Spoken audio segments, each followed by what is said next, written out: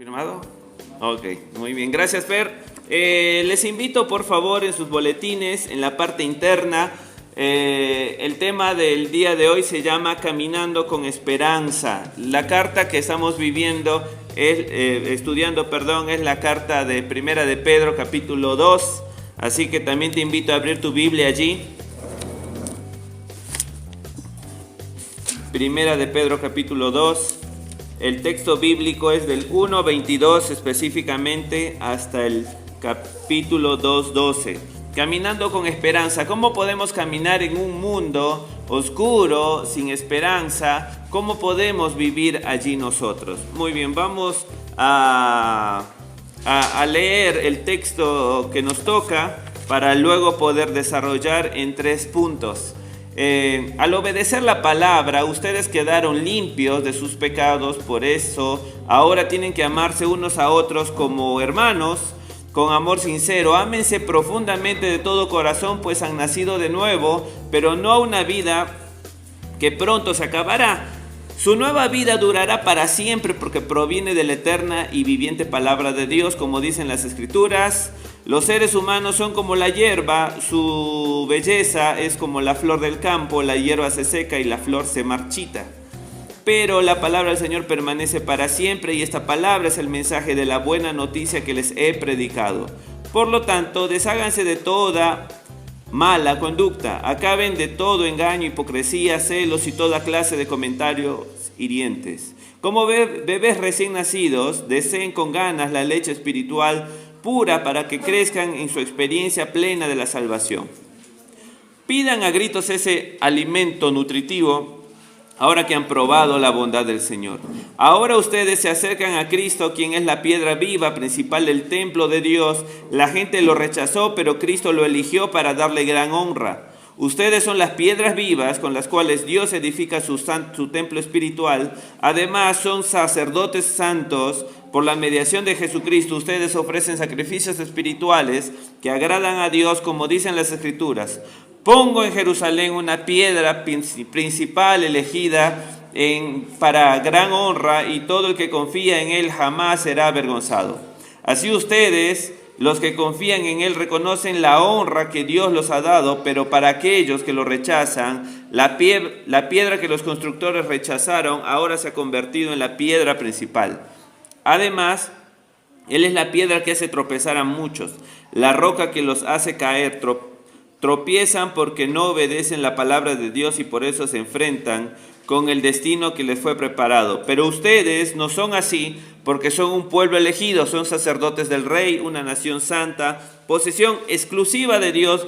Por eso pueden mostrar a otros la gran bondad de Dios, pues Él los ha llamado a salir de la oscuridad y entrar en su luz maravillosa. Antes no tenían identidad como pueblo, ahora son pueblo de Dios. Antes no recibieron misericordia, ahora han recibido la misericordia de Dios. Queridos amigos, ya que son extranjeros y residentes temporales, les advierto que se alejen de los deseos mundanos, que luchan contra el alma, procuren llevar una vida ejemplar entre sus vecinos no creyentes. Así, por más que aquellos los acusen de actuar mal, verán que ustedes tienen una conducta honorable y le darán honra a Dios cuando Él juzgue al mundo. Muy bien, acabamos de tomar lectura del pasaje de hoy y ahora sí vamos a ver 3 cosas que tú y yo podemos obtener en esta vida para poder caminar con fe. Yo lo llamaría, si alguna vez jugaste al Mario Bros o viste a tus niños jugando al Mario Bros, son esos honguitos que te dan vida y hoy por hoy son esos tres honguitos que nos van a dar esperanza en esta caminata. Nos van a dar fuerza, nos van a dar motivación y energía para poder seguir. En primer lugar, para que tú y yo podamos vivir con esperanza en este mundo difícil, en esta situación difícil que nos toca vivir como familia, en el trabajo, en la calle, en primer lugar debe ser alimentado. Y vamos a ver el alimento del creyente. El alimento del creyente, como bien sabemos, es la palabra de Dios. Versículo 22 dice lo siguiente del capítulo 1. Al obedecer la palabra, ustedes quedaron limpios de sus pecados. Por eso ahora tienen que amarse unos a otros como hermanos, con amor sincero, ámense profundamente de todo corazón. Juan 17:17, Jesús dice en la versión 60, santifícalos en tu verdad, tu palabra es verdad. La palabra de Dios tiene la capacidad de alejarnos del pecado. Muy bien, entonces estamos luchando con pecado, con mentira, con robo, con lo que sea. Debemos leer más la palabra. Debemos escuchar más la palabra. Por lo tanto, ¿estoy mal? No es que tengo que alejarme de la palabra o de la iglesia. Tengo que acercarme más porque necesito más ayuda. Tú y yo necesitamos ayuda, necesitamos escuchar la palabra, porque es la única capacitada para mostrar nuestros pecados y ayudarnos a poder salir de ella. Su palabra tiene la capacidad de alejarnos del pecado. Mientras más Biblia, menos pecado. Mientras más pecado, menos Biblia. Por lo tanto, este libro me aleja del pecado o el pecado me aleja de la Biblia. La Biblia en Santiago 1:23 se le conoce como el espejo, es la que nos muestra lo mal que somos. Nuestro corazón inquieto, pecaminoso, nos lleva a alejarnos de Dios, pero mientras más leemos la Biblia y nos damos cuenta del amor de Dios, vamos a querer alejarnos del pecado. Sin Biblia no vamos a poder encontrar soluciones. Tú y yo nos encontramos en medio de encrucijadas diariamente, mensualmente, semanalmente. Hoy nos encontramos en medio de encrucijadas y la única manera de encontrar la solución es por medio de la Biblia. Ella tiene la capacidad de ayudarnos y ser libres del pecado. El pecado es lindo, sí. Hebreos 11 dice que el pecado nos da deleites temporales. Pero ahí mismo dice, temporales. No sabemos cuándo se van a acabar o pueden durar solamente 10, 15 minutos, pero después nuestra vida trae demasiadas consecuencias. Es un tramposo el pecado, nos engaña y luego nos atrapa y muchas veces de por vida. Por lo tanto, la única manera de poder ser libre de ese enemigo que se llama pecado, que tú y yo lo tenemos, es por medio de la palabra. Entonces, ¿estás luchando? Bienvenidos. Todos luchamos todos los días con situaciones que hay en nuestro corazón, pero es a través de la palabra, en la mañana, en la tarde o en la noche, que tú y yo debemos leer y exponernos a la palabra y nuestro corazón debe exponerse y por lo tanto, cuando llegamos a la iglesia debemos decir, Dios, habla a mi corazón. No vengo a escuchar otra voz, no vengo a escuchar a un hombre, no vengo a escuchar a alguien que canta, vengo a escuchar tu voz. Entonces, si abres hoy la puerta de tu corazón, o quizá donde nos escuchas, abres la puerta de tu corazón, Dios puede hacer una obra maravillosa. Segundo punto, la palabra es uno de los elementos de la salvación. Versículo 23 dice, pues han nacido de nuevo, pero no a una vida que pronto se acabará. Su nueva vida durará para siempre porque proviene de la eterna y viviente palabra de Dios. La palabra de Dios es uno de los elementos de la salvación del ser humano. ¿Quieres ser salvo? Conoce la palabra de Dios. No sigas los ritos de tu iglesia o de tu pastor, sino conoce la palabra de Dios. La palabra de Dios es uno de los elementos. Y Santiago 1:21 también dice que la palabra de Dios tiene la capacidad de poder salvar nuestras almas. Entonces, ¿qué sucede?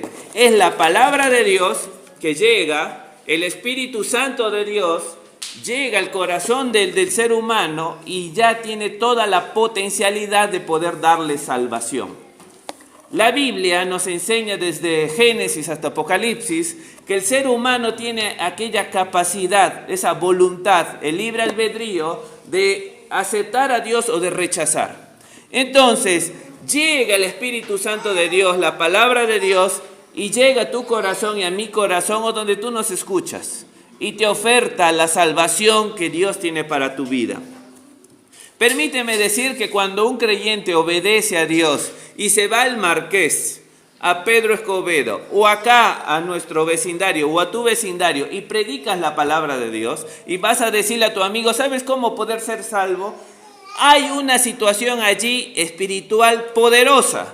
Es la obra del Espíritu de Dios que está morando en el cuerpo del creyente, la palabra de Dios llegando con poder. Es decir, espiritualmente sucede algo sobrenatural en ese momento cuando tú dices, Dios, ok, voy a obedecer y voy a hablarle de la palabra del Señor a aquella persona. Entonces, la palabra de Dios es uno de los elementos para salvación. La palabra es eterna y viva. Permítame allí desarrollar un poquito y permíteme hablar un poco del libro que tienes ahí en tus manos. La palabra de Dios es eterna. En el año 2010 puedes rellenar allí 129.864.880 títulos de libro. No estoy hablando de libros específicamente por unidad, sino de los títulos que habían 129 millones, según el ingeniero Leonid Teicher de Google. Muy bien, puede haber 129 millones hace 10 años, que ya se habrá sumado muchos más, pero ninguno de los 129 millones de libros que puede existir en este mundo puede comparar a la calidad y al poder de la Biblia. En el año 2012, las Sociedades Bíblicas Unidas dijeron que imprimieron 32,1 millones, ¿entendieron? Sería como una Biblia para cada uno de los habitantes del estado y de la Ciudad de México. 32,1 millones distribuyeron. Ningún libro tiene esa capacidad. Y en porciones, es decir, Evangelio de Juan, Nuevo Testamento o algún otro libro, 372 millones de copias se hicieron solo en un año. Muy bien, en el 2014, los encargados de traducir la Biblia ya lo habían hecho a 2.650 idiomas. ¿Se dan cuenta? 2.650 idiomas. Ningún libro tiene esa capacidad. Yo una vez expliqué acá, pero vale la pena, vamos a hacer otro taller, en el cual explicamos cómo hemos llegado a obtener el Nuevo Testamento. Muy bien, el Nuevo Testamento, como muchos de otros libros antiguos, se recuperan en base a copias de pergaminos que se van encontrando de diferentes restos y de ellos se van uniendo y van tratando de llegar al autógrafo, es decir, al texto original. Así se hace con todos los libros. No tenemos ningún libro original de la Ilíada. No tenemos ningún libro de las guerras de Galias de Julio César. Ninguno de esos libros existe, ni el Nuevo Testamento original, sino de todas las copias que se van encontrando, se van recogiendo, y mientras más copias hay más posibilidad de llegar al escrito original. Muy bien, la Ilíada tiene 1.800 copias hoy registradas, encontradas, y por lo tanto se puede llegar a través de esas 1.800 copias al original de la Ilíada. Las guerras de Galias de Julio César tiene 250 copias. Plinio, de la historia natural, tiene 200 copias. Pero ese libro que tú tienes en tus manos, que tiene el Nuevo Testamento, tiene más de 24.358 copias. ¿Te das cuenta? Ni los 10 primeros libros más importantes de la historia universal se compara el número de copias que hay de la Biblia. ¿No te llena eso del corazón del libro que tienes en tus manos? 24.358 copias hasta ahora en la historia. Entonces, este libro no tiene comparación. Son escritos perecederos, por lo tanto se tienen que hacer copias. Cuando ya llegó la imprenta en el siglo XV, ya Gutenberg imprimió la primera Biblia de la Vulgata, que fue traducida en el año 350 aproximadamente por Jerónimo, y es allí de que ya empieza la multiplicación de Biblias. Y la Biblia es la que dio esperanza, por lo tanto, este es tu alimento. La Biblia es mayor que las 10 obras literarias más importantes de la historia universal, por la evidencia documental. En el año 303, permíteme decir, Diocleciano, uno de los César, dijo que iba a anular el cristianismo y todas las Biblias. Empezó la persecución de la Biblia, pero qué gracioso que 25 años después Constantino mandó a hacer 55 copias de lo que es la Biblia. Voltaire, el escéptico francés, dijo que 100 años después de él, iba a desaparecer el cristianismo y solamente iba a ser pie de página de algún libro, la historia del cristianismo. Pero 100 años después se encuentra que la imprenta que usaba Voltaire en su casa para hacer sus libros fue usado por la Sociedad Bíblica Unida para empezar a producir Biblias. ¿Te das cuenta que este libro no es algo sencillo? Este libro es algo divino. Isaías 40 nos va a hablar acerca de lo que Pedro plasma aquí en su carta. Isaías 40, 6 al 8 dice lo siguiente. Una voz dijo, grita, y yo le pregunté, ¿qué debo gritar? Grita que todos los seres humanos son como la hierba, su belleza se desvanece tan rápido, como las flores en un campo, la hierba se seca, las flores se marchitan bajo el aliento del Señor, y así sucede también con los seres humanos. La hierba se seca y las flores se marchitan, pero la palabra de nuestro Dios permanece para siempre. Isaías lo escribió 700 años antes de Cristo, que la palabra de Dios permanece para siempre, y jamás imaginó toda la persecución que este libro ha tenido en la historia desde que nació Cristo. Entonces, hoy podemos encontrar evidencias históricas. La arqueología cada vez va dando razón de los personajes bíblicos. Se van encontrando, como ustedes vieron en la enseñanza de los reyes, se encontraron de los reyes inscripciones. La arqueología va dando luz más a la palabra de Dios. Entonces, este libro que permanece para siempre es tu alimento, es mi alimento. Pero ¿sabes qué? Parece que el creyente en la vida real, después del domingo, este libro no tiene importancia en la vida. Por lo tanto, mi estilo de vida es fuera de esta palabra. No tengo tiempo para ella, pero sí tengo tiempo para muchas cosas. Mientras más puedes conocer de este libro, y hoy en el devocional estamos aprendiendo acerca de Job, y si no nos dedicamos tiempo a Job, no querramos esperar que haya un cambio en nuestras vidas y en nuestras familias, si no nos sumergimos en la palabra del Señor. Entonces, esa palabra del Señor es uno de los factores que va a darnos esperanza. Hoy vivimos en un mundo que necesitamos esperanza. ¿Quieres esperanza? Busca la palabra del Señor. Pero muchas veces queremos esperanza y buscamos que alguien nos hable cosas bonitas. Quizá un novio, una novia, una persona, un amigo, un hermano. Nos pueden hablar, nos pueden prometer muchas cosas. Hoy el gobernador está dando su siguiente, informe. Y quizá buscamos esperanza en nuestros gobernantes. Y quizá ellos de buena fe o de mala fe pueden hablar de esperanza. Pero sabemos que son dichos de hombres y solamente no van a permanecer. Pero solamente la palabra de Dios que permanece para siempre puede darnos esperanza. Punto número 2, ya vimos el alimento del creyente, pero en este texto también vemos que hay una identidad que se logra. Es una identidad que se logra después que el creyente ama la palabra de Dios. Y como dice aquí el capítulo 2, versículo 2, como bebés recién nacidos, deseen con ganas la leche espiritual que es la palabra del Señor. Entonces, cuando ves a un bebé, y ahora que tenemos 2 en este auditorio, vemos que ellos no se olvidan de comer. Ellos piden a gritos su comida. Lo piden a su mamá, y a todos los que están a sus alrededor se dan cuenta que tienen hambre. ¿O no? O en un ratito van a empezar el concierto.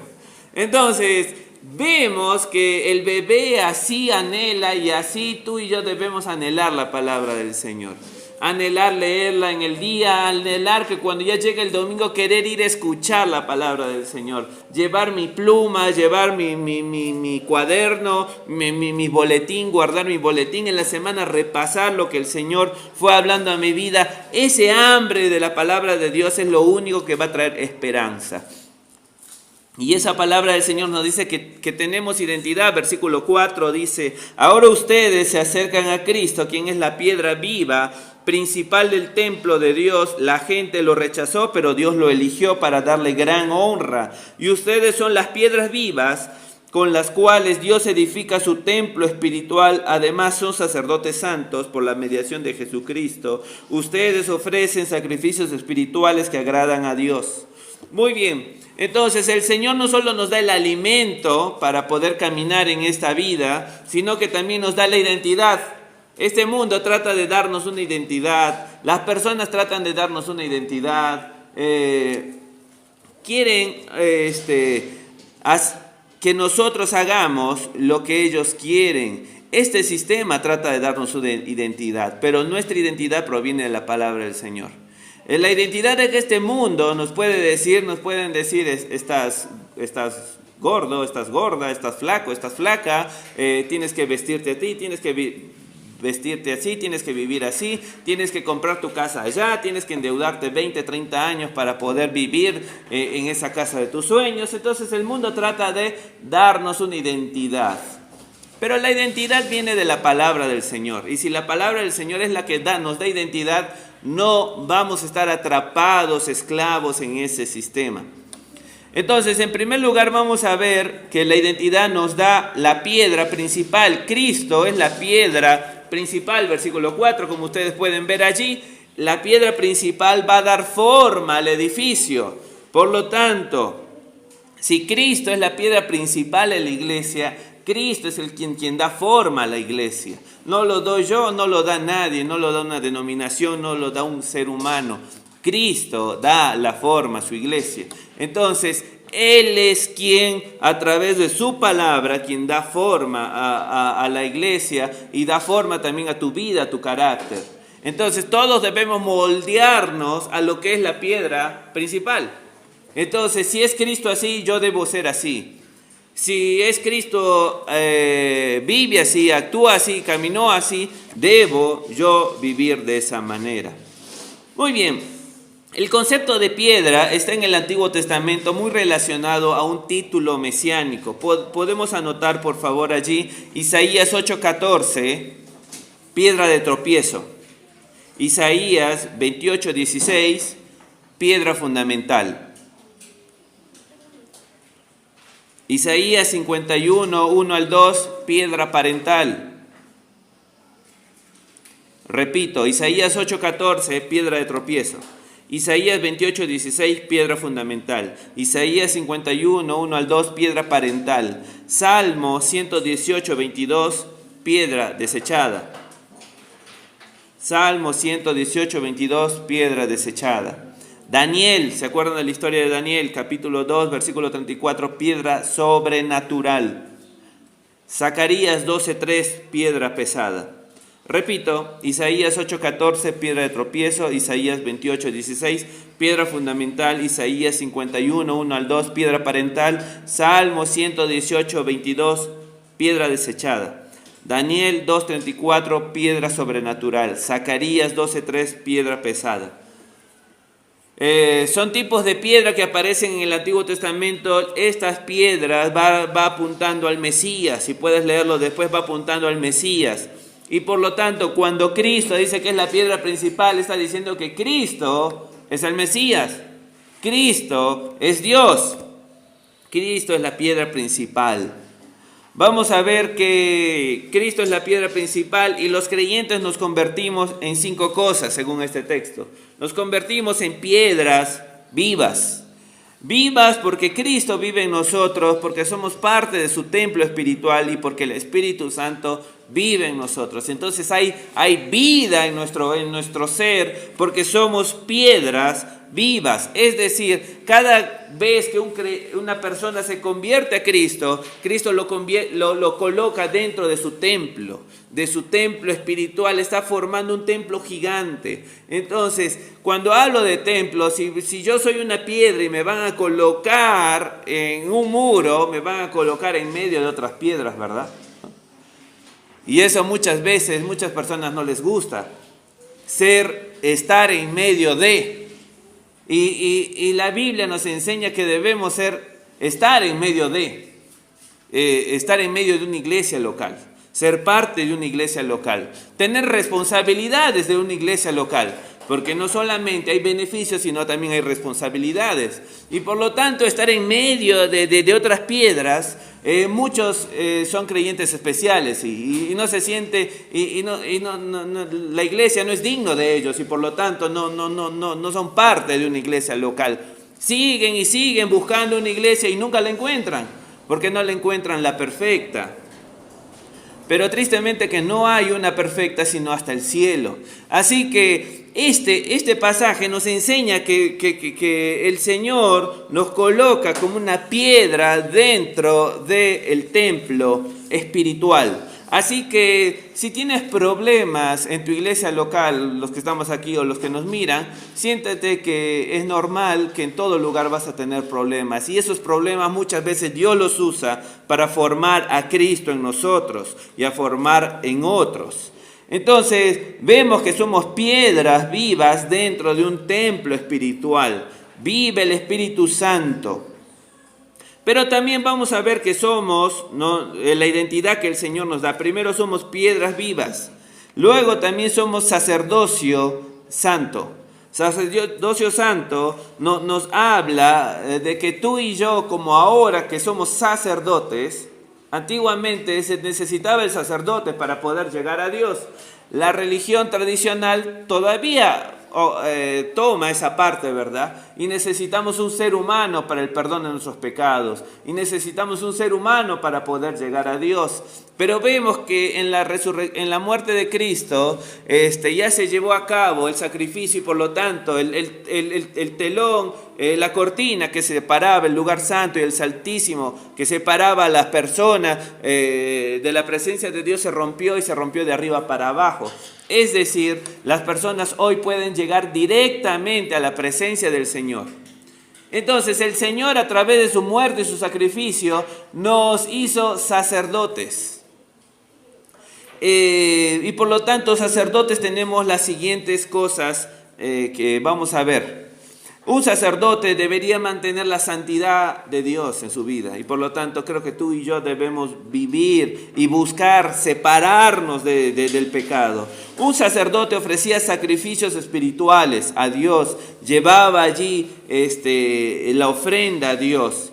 Un sacerdote intercedía por otros, una labor prioritaria del sacerdote era interceder, ofrecer sacrificios a fin de que la ira de Dios no caiga sobre otros. Y si tú y yo somos sacerdotes, debemos interceder por otros, es decir, tener una lista de oración de personas, no necesariamente de cosas. No digo que no pidamos por el pan de cada día, porque el Señor sí nos enseñó así a pedir pan de cada día, pero principalmente tendríamos que interceder, es decir, ponernos en los zapatos de otro y pedir por otros, para que Dios haga algo en sus vidas, sean que conozcan del Señor o sea que están lejos del Señor. Debemos tener una lista de intercesión. Entonces, santidad con Dios, sacrificios espirituales, interceder por otros y también ser el representante de Dios frente al pueblo. Entonces, el sacerdote era el representante de Dios frente al pueblo y creo que tú y yo debemos ser el representante de Dios. Claro que tú y yo nos vamos a dar cuenta que muchas veces nuestro estilo de vida no está muy parecido a Dios y esto nos tiene que llamar la atención para estar más cerca del Señor. Sacrificios espirituales, déjame leerte cuatro sacrificios espirituales que en el Nuevo Testamento habla que los sacerdotes lo hacían y que hoy tú y yo como sacerdote debemos hacer. Vamos a ver que lo primero que tenemos que ofrecer son nuestros cuerpos. Romanos 12:1 dice que nuestros cuerpos debemos presentar delante del Señor. Y vamos a leer allí Romanos 12:1. Dice lo siguiente: por tanto, amados hermanos, les ruego que entreguen su cuerpo a Dios por todo lo que Él ha hecho a favor de ustedes en sacrificio vivo. Es decir, el cuerpo que tú tienes, puedes tocarte ahí el dedito, es de Dios. Puedes tocarte la naricita, es de Dios. Entonces, todos tenemos un cuerpo que el Señor nos dio y pertenece al Señor. Por lo tanto, el cuerpo que tú tienes y yo tengo, no es que yo debo hacer lo que se me da la gana. No es que ese cuerpo debo involucrarlo fornicación, en adicciones, nada de eso, porque estoy deshonrando a Dios. Entonces, sacrificios que debemos cumplir es cuerpos ofrecidos a Dios, ofrendas materiales. Filipenses 4:18, en ofrenda al Señor vengo y traigo mi ofrenda al Señor. Pero ¿qué tal es tu ofrenda al Señor? ¿Es lo peor? ¿Es la oveja ciega? ¿Es la oveja que ya no la quiero? ¿Es lo que me sobra en la casa? ¿Es lo que me sobra en la billetera? Eso te lo ofrendo Dios. Pero déjame decirte que Dios dio lo mejor de sí. Lo mejor de sí, y dio a su Hijo único. No para que tú y yo vivamos egoístamente y le traigamos a Él lo peor. Entonces, sacrificios de sacerdotes es el cuerpo, es la ofrenda, es la alabanza, Hebreos 13:15, y por último es hacer el bien. Sacrificios que tú y yo tenemos que hacer. Alabanza está en Hebreos 13:15 y hacer el bien, Hebreos 13:16. Y hasta ahí vemos el alimento que necesitamos tú y yo tener para tener esperanza. Identidad, ya vimos la identidad que Dios nos ha dado. Nos ha hecho sacerdotes, nos ha hecho piedras vivas. Entonces eres un sacerdote, según la palabra del Señor. Y por lo tanto debemos cumplir esa labor para que podamos encontrar propósito, esperanza en esta vida. Y por último, nuestra conducta del creyente continua salida de la oscuridad a la luz. Nuestra vida debe ser una continua salida de la oscuridad hacia la luz. Debemos alejarnos de los deseos mundanos. El que no quiera caer el que quiere caer, que camine por piso resbaloso. El que quiere caer, camine por piso resbaloso.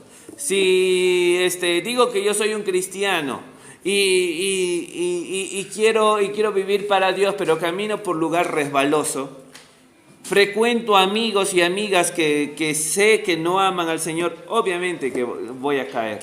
El Señor ha puesto leyes en la vida, la ley de la siembra y la cosecha. No quieras cosechar tranquilidad, paz en un hogar cuando solamente invertimos y gastamos en cosas de la carne. La Biblia dice que de la carne vamos a cosechar corrupción, mas del Espíritu Santo vamos a cosechar paz. Mientras más involucramos y gastamos en nuestra vida espiritual, va a haber más paz en nuestro ser. Y por último, alejarnos de los deseos mundanos. Versículo 11, que dice Pedro, que luchan contra el alma, una vida ejemplar ante nuestros vecinos. Vamos a ver que los deseos mundanos luchan con nuestra alma. Pedro está escribiendo esta carta ya quizá en sus últimos años de vida. Primera de Juan 1:8 dice, si decimos que no tenemos pecado, mentirosos soy, dice Juan. A sus 90 años, Juan estaba diciendo a sus 90 años, si digo que no tengo pecado, soy mentiroso. Pedro estaba diciendo acá, con los deseos mundanos, carnales, que luchan con mi alma.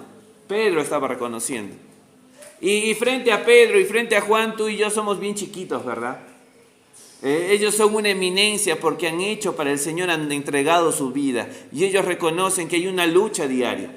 Y tú y yo tenemos una lucha diaria contra los deseos que moran en nuestro antiguo en nuestro antiguo ser. Y es una continua lucha que va a tratar día a día de alejarnos de Dios. Pero si tú y yo priorizamos la palabra del Señor, vivimos en base a la identidad que Él nos da, y nuestra conducta es